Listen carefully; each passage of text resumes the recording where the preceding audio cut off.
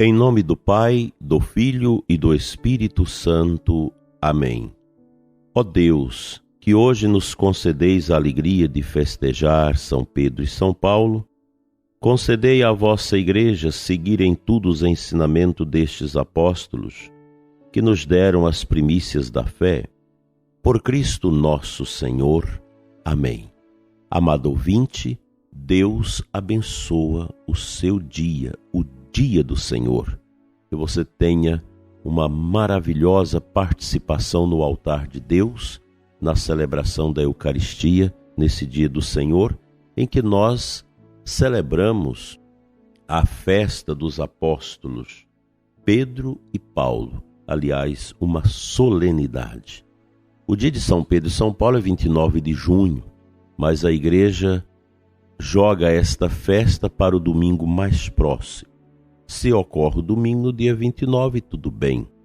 Do contrário, o domingo seguinte. Hoje é um dia de rezarmos pela Igreja, rezarmos pelo Papa, porque é o dia do Papa.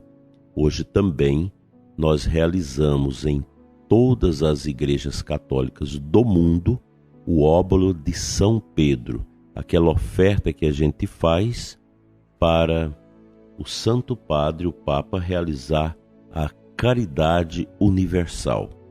Esse dinheiro do óbolo de São Pedro ele é muito bem aplicado, muito bem coordenado e vai para tantos lugares. A nossa Diocese de Formosa já recebeu ajuda deste fundo do óbolo de São Pedro, inclusive para ajudar nos projetos simples, humildes de irrigação em alguns acampamentos e assentamentos do INCRA que nós temos na Diocese, que são quase 200.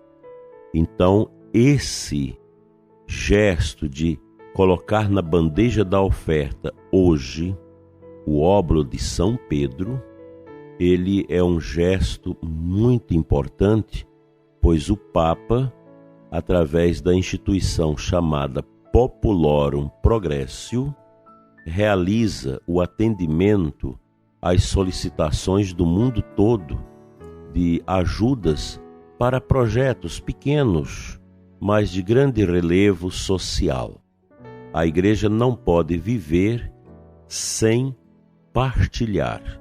Eu tenho certeza que na sua paróquia, por mais pobrezinha que ela seja, há sempre um cuidado a zelar pelos pobres, por aqueles que mais carecem, que mais necessitam da nossa ajuda, da nossa solidariedade. Até mesmo o dízimo que nós devolvemos na paróquia, na comunidade, ele deve atender a 3 finalidades. A dimensão missionária, que é a formação de todos os agentes de pastoral, formação dos futuros padres. As paróquias ajudam os bispos a manterem os seminários. Então essa dimensão ela é importante, a formação. Você precisa às vezes enviar pessoas para serem formadas para devidos a alguns serviços. É o dinheiro do dízimo.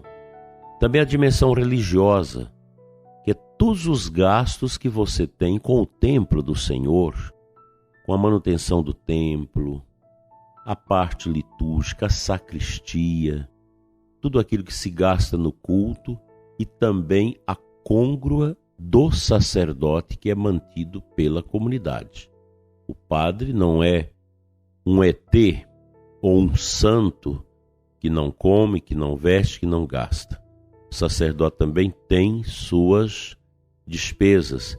E algo que eu acho muito bonito, inclusive aqui na Diocese de Formosa, e já vi isso também na minha diocese de origem, na Diocese de Rubiataba e Mozarlândia, onde eu passei, sacerdotes que tiram parte da sua côngrua, do seu salário, às vezes pequeno, para ajudar pessoas, às vezes da sua família.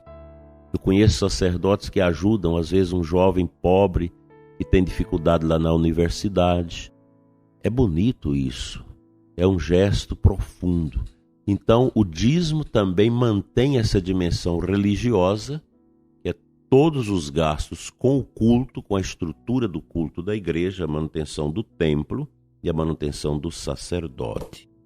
Depois, a dimensão social do dízimo, que vai exatamente para essas ajudas aos mais carentes e mais necessitados.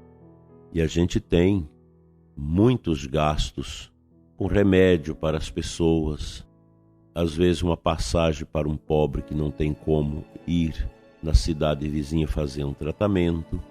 As paróquias têm as suas regras internas, seus costumes para ajudar os pobres, e isso vem do dízimo. Só para mostrar a importância da caridade. O bispo também precisa fazer essa caridade. Por mais pobre que seja a diocese, as dificuldades que às vezes a gente tem, mas há sempre um investimento em alguma atividade de caridade para com os que sofrem, os que passam fome e etc.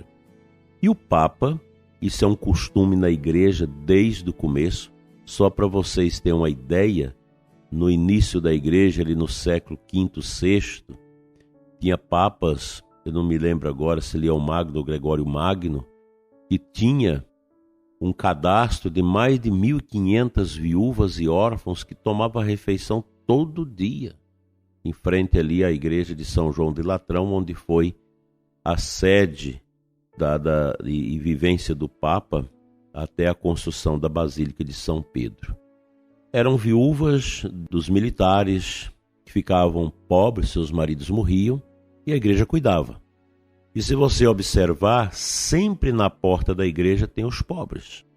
A gente nunca pode tocar os pobres. A gente tem que ajudar, resolver as situações. Tem algumas situações que não tem como resolver. Aqui na catedral nós temos alguns pobres, mendigos, até jovens, que foram escafolados pelas drogas, pela bebida, que já não tem mais como você recuperar a pessoa socialmente. Tem que ajudar. Eu vejo aqui de vez em quando as senhoras, as pessoas das obras sociais da catedral, que pegam essas pessoas, que dá banho nelas, vestem uma roupa limpa, dá remédio. É o trabalho que a igreja tem. Um trabalho escondido, a gente não fica fazendo propaganda dos trabalhos sociais com os pobres. Não perde até o sentido. É um trabalho mais escondido. E o Papa faz esse trabalho através da Fundação Populorum Progresso, no mundo todo. E eu lembro que muitas vezes a gente olha a coleta que a diocese faz em favor do Papa, e aquilo que o Papa mandou para os pobres na diocese, às vezes dá 3, 4 vezes mais. Então vamos ser generosos. Todos que forem à igreja hoje, dê o óbolo de São Pedro. Não fica com restrição, não, porque esse dinheiro é bem administrado, é severamente corrigido e organizado. É uma maneira da gente também fazer a caridade através das mãos do Santo Padre, o Papa. Que Deus te dê um abençoado domingo e que a sua oferta generosa em favor das obras sociais do Papa Francisco em relação aos pobres seja uma oferta glamurosa, de coração e piedosa.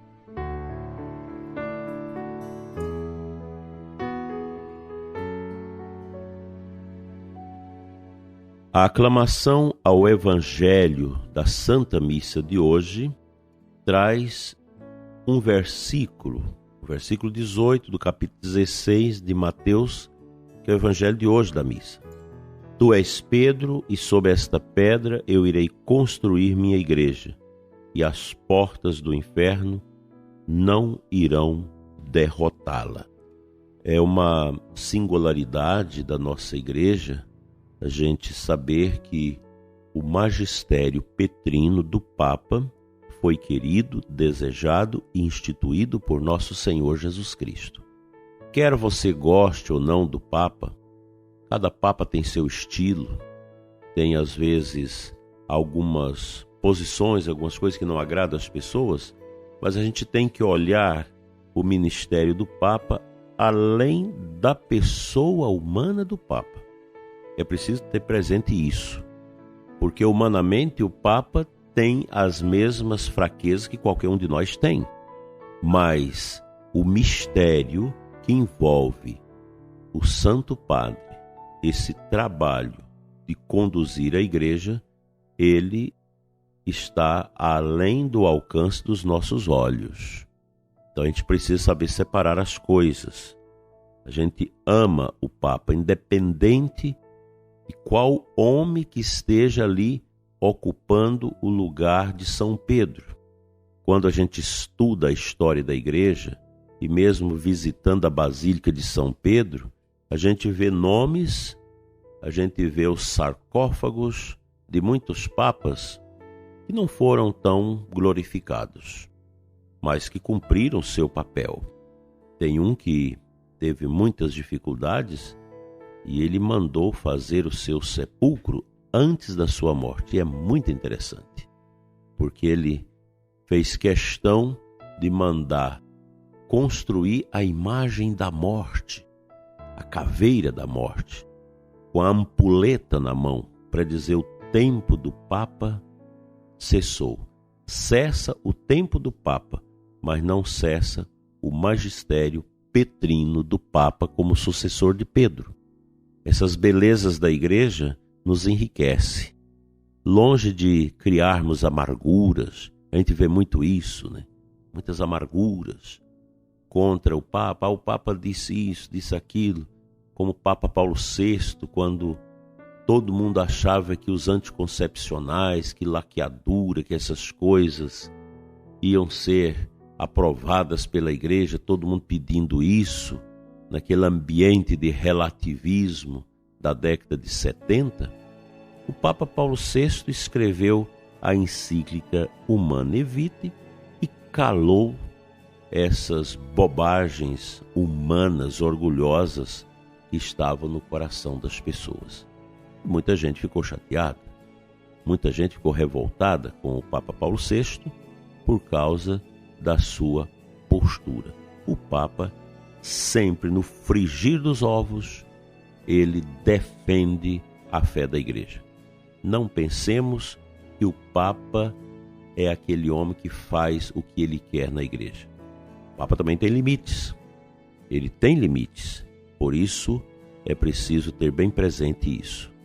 O Papa sempre vai ser aquele que vai defender o patrimônio da fé, da tradição e dos costumes da igreja.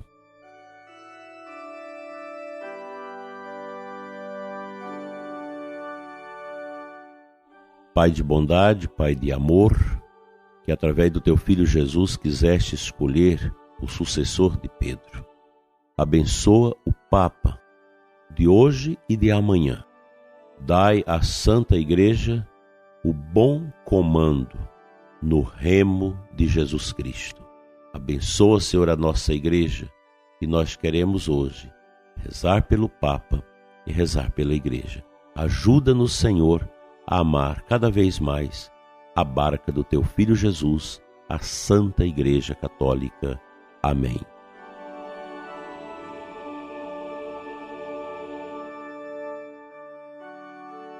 Pela intercessão dos apóstolos Pedro e Paulo, venha sobre você e sua paróquia, sobre os nossos sacerdotes, diáconos, religiosos e o povo de Deus, a bênção de Deus Todo-Poderoso, Pai, Filho e Espírito Santo. Amém. Um abençoado dia do Senhor para você e sua família, e até amanhã, se Deus quiser.